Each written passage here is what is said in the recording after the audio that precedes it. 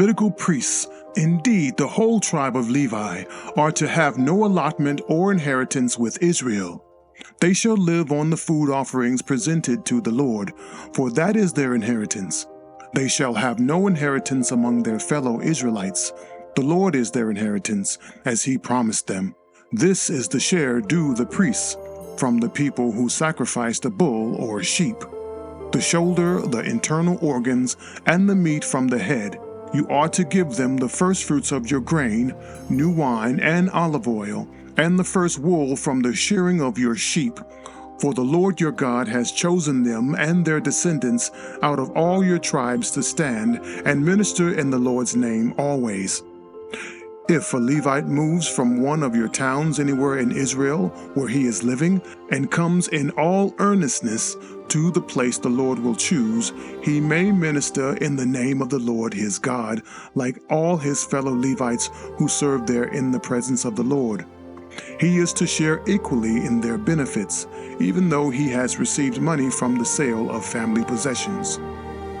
When you enter the land the Lord your God is giving you, do not learn to imitate the detestable ways of the nations there. Let no one be found among you who sacrifices their son or daughter in the fire, who practices divination or sorcery, interprets omens, engages in witchcraft, or casts spells, or who is a medium or spiritist, or who consults the dead. Anyone who does these things is detestable to the Lord. Because of these same detestable practices, the Lord your God will drive out those nations before you. You must be blameless before the Lord your God. These nations you will dispossess. Listen to those who practice sorcery or divination. But as for you, the Lord your God has not permitted you to do so. The Lord your God will raise up for you a prophet like me from among you, from your fellow Israelites.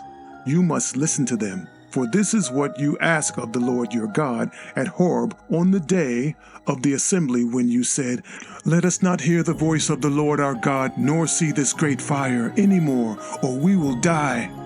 The Lord said to me, "What they said is good.